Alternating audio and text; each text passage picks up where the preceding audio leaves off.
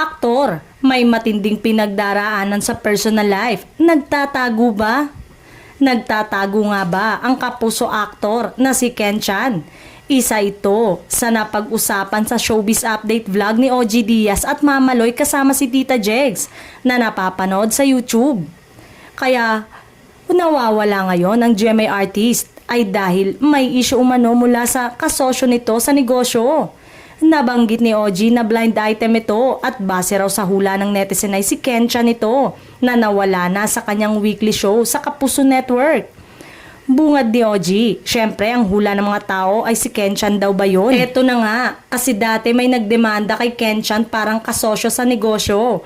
Parang hindi sila nagkapaliwanagan at hindi malinaw ang kanilang usapan kasi yung negosyo na tinatayong restaurant ni Ken Chan ay may kasosyo siya ron. Tapos hindi naman tumabo sa takilya, ika nga. Hindi naging successful. Tapos parang nagkaroon yata ng isoli mo sa akin yan yung puhunan ko. Maraming ang bumilib sa Kapuso Actor dahil sunod-sunod ang pagbubukas nito ng restaurant na pawang nasa prime location kaya't maraming nagsabi na mahusay humawak ng kinikita niya ang aktor. May chikang umalis daw ng bansa si Ken Chan pero base sa payag ni OG, since hindi pa naman confirm kung tumulak ba ibang bansa para magtago.